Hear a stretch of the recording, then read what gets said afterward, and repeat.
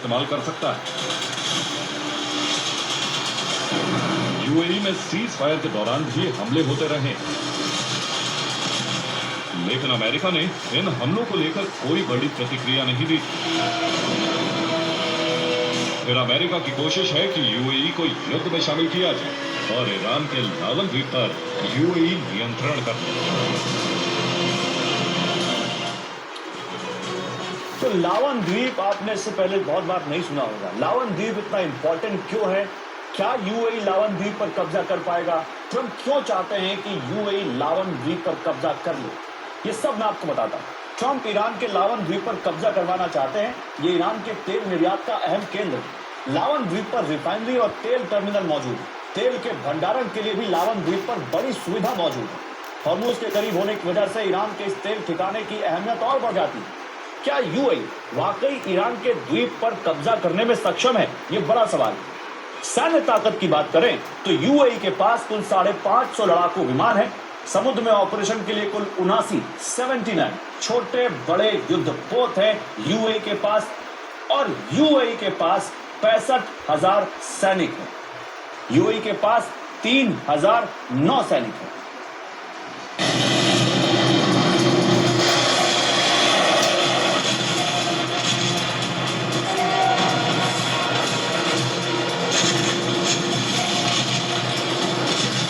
Iran हर तरह की चुनौती से निपटने की तैयारी कर चुका है।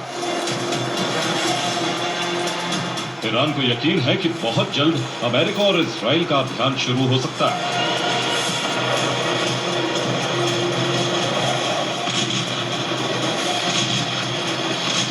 ईरान की सड़कों पर एक बार फिर मिसाइलों से लदे ट्रक नजर आ रहे हैं। ईरान की सेना हमला और खुद को बचाने दोनों की तैयारियां कर रही है। ईरान ने अपने कई क्षतिग्रस्त एयर डिफेंस को ठीक कर लिया। मिसाइल के ठिकानों पर भी हलचल काफी तेज हो चुकी।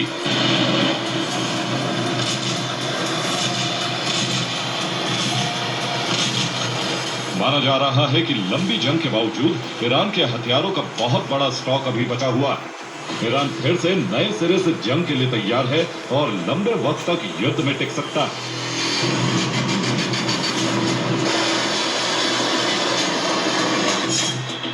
ईरान की सुरंगों में अभी भी मिसाइल स्टॉक बचा।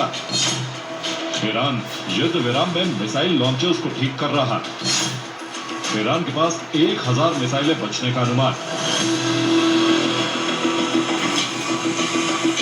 जंग के दौरान ईरान के आत्मघाती ड्रोन बेड़े को भी भारी नुकसान पहुंचा। उसकी ड्रोन क्षमता पहले के मुकाबले आधे से भी कम रह गई।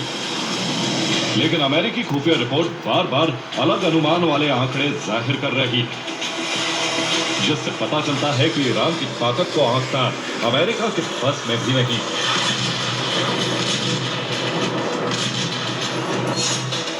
ईरान में अब शहरों में भी जंग की तैयारी चल रही। छोटे छोटे इलाकों में आम लोगों को ट्रेनिंग दी जा रही। मस्जिदों के जरिए लोगों को अमेरिका के खिलाफ एकजुट किया जा रहा है।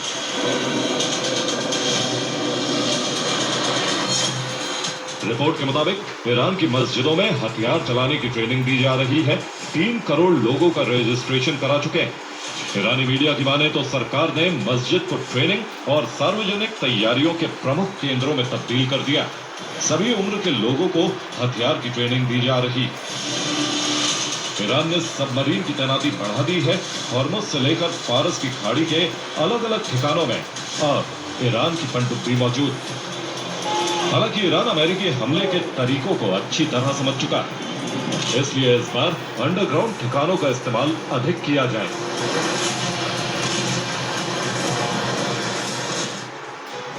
और ईरान भी तैयार। ईरान में अंडरग्राउंड ठिकाने खोल दिए गए। Your digital CD is a needle